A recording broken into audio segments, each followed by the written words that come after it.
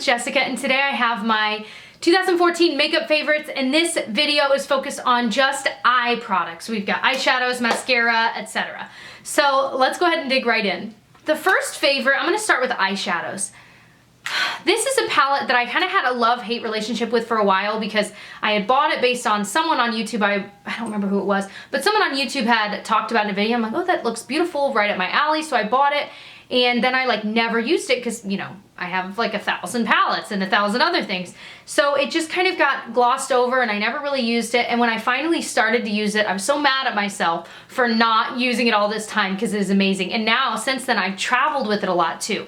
It is the Maybelline Quad, and it's in the shade Mocha Motion.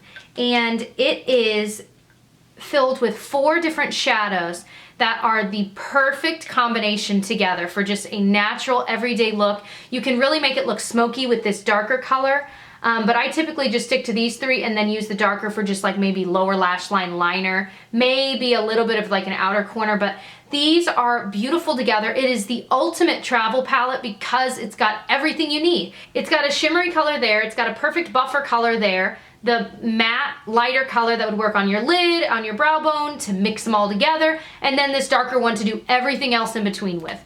It is so amazing, so inexpensive, and man, like it's like one of the only drugstore palettes over the years that I've kept too, because a lot of them I get rid of after I tried them. If I'm like, you know what, it's nothing special, I'll pass them on. And this one I have held on to because I really genuinely love it. Next favorite is a single shadow that is my favorite shadow for getting that look right in between. I didn't use it today though. And it is the MAC Single Shadow in Omega, and it's this one right here. And it's just this really light taupey gray color. A lot of people use it for their brows. I do not, but it's just the perfect buffer color. You can use it, you can be real messy with it and get it all in your crease, all the way up to there, and it just will transform any eyeshadow look into something that looks kind of amateur to something that looks really professional because you've got that middle ground between all of your darker shadows, your lighter shadows.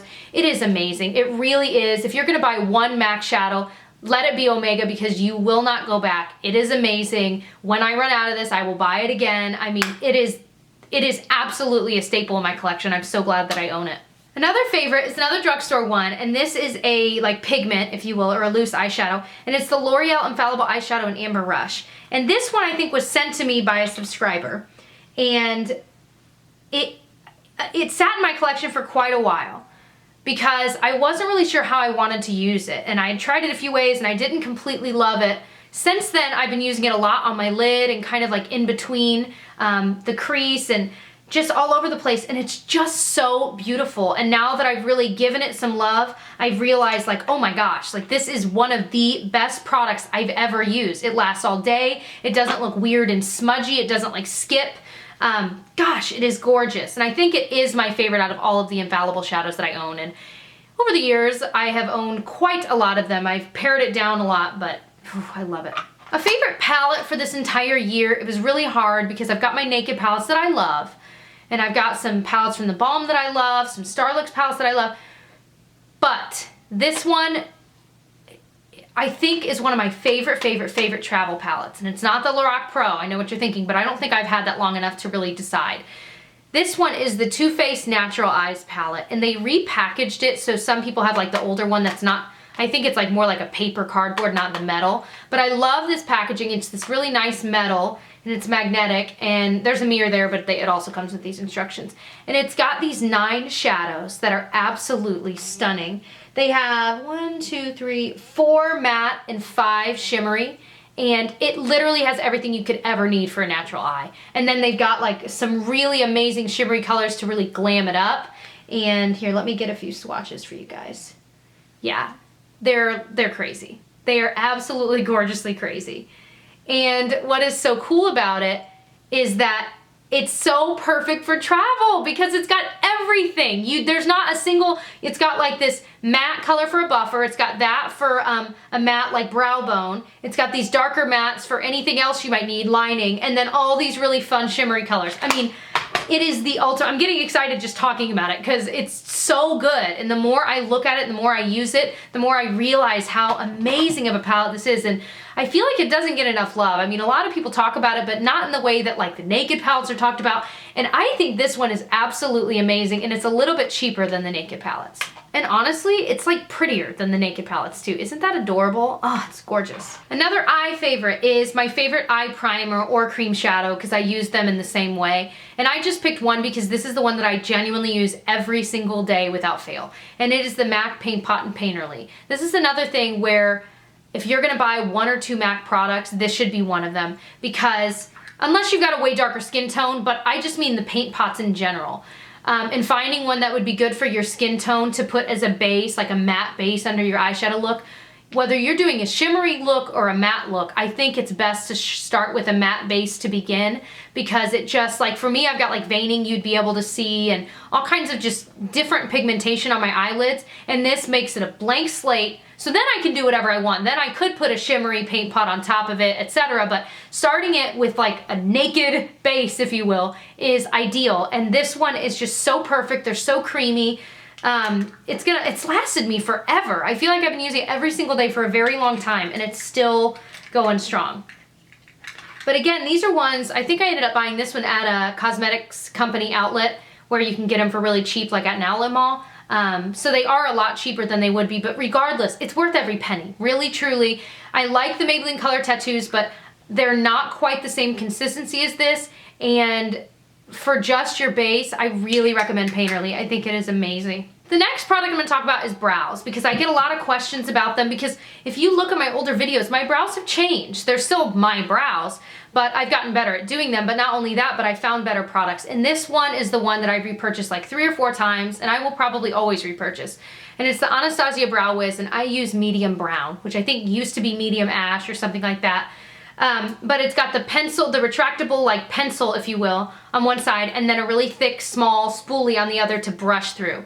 And I was talking with one of my best friends, Emily, about brows the other day at dinner, and I was just talking about this product and how even if you are missing some brows, like I technically from like here to here, or I can't really tell on the viewfinder, have like very few hairs there, and I think most people do, but this really fills in the gaps, and it looks so much more natural than any other product or any powder that I've ever used. And I think it's because not only the formula, but the spoolie brushes through and pulls the color through evenly, but it doesn't just completely make it disappear like a lot do.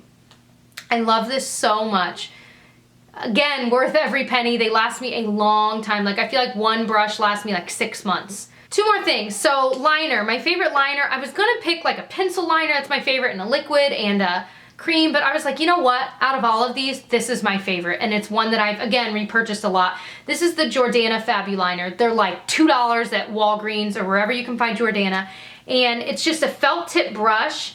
And if you're one that feels really intimidated by liquid liners, which this is a liquid liner, this is an amazing one because you can get really, really thick lines, medium, thin, and because it's not a brush and it's a felt tip and it's really kind of firm, and when you it doesn't really bend too much, you've got a lot of control. It literally feels like you're just drawing. You know what I mean?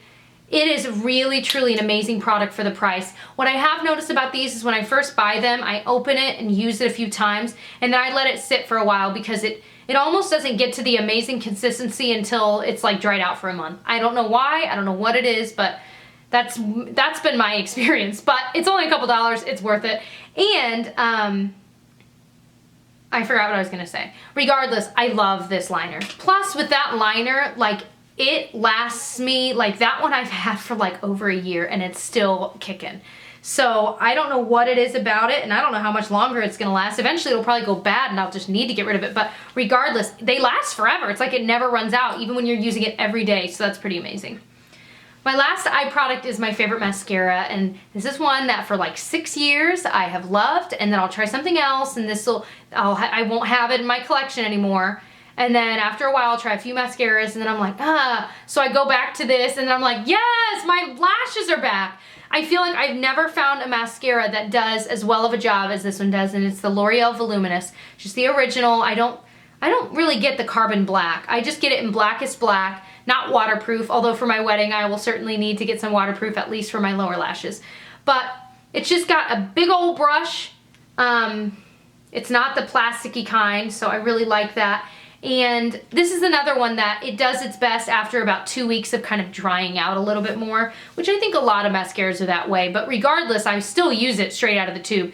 It is amazing. It holds the curl. It can get clumpy if you're kind of sloppy with it, but if you know how to use it and you get used to it, you're gonna love it. Oh my gosh, I love it so much. I don't know what I would do without this mascara. So those are all of my eye favorites for this year. If you're interested in seeing my lip and brush favorites, or also all of my face, like blush and things like that, those favorites, check below for the links to those other 2 videos. And if they're not up yet, just subscribe so you can catch them when they are up. And I'll see you guys very soon. Bye. For blush, I had 2 favorites and I could not decide between them 2, and I justified having 2 because one is a cream and one is a powder, and one is drugstore and the other is not. So there we go. The first one that I love is the NYX Cream Blush in Boho Chic. It's just this gorgeous, light, pale pink, and if you've got fair skin like I do, it absolutely illuminates your cheeks. You don't need a highlight with it. It almost gives this, I don't want to say wet look,